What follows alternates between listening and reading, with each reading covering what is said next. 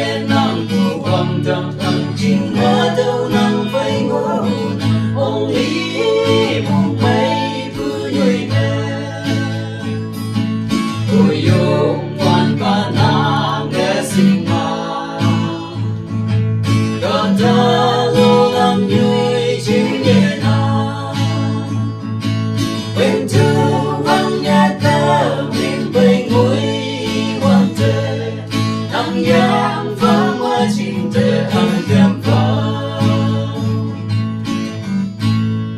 ngày xí ba mẹ ngô bù ngầu lan thế nhỉ ta thế này đây xin bao bay uy ba yu kỳ phải chi mây mây yên ngô bờ ok uy bù ở gần phi mà đây tuy đây lắm bù hình xa nhém nhám sẽ bù cả đông yêu ôi yong quan ba na nghe xin na cả ta lo lắng nuôi chim nhẹ na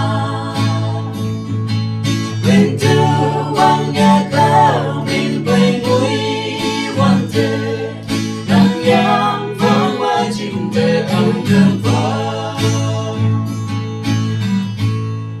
bên bu Christian lan bên tim ya cây ni bu ca đông như chu anh đi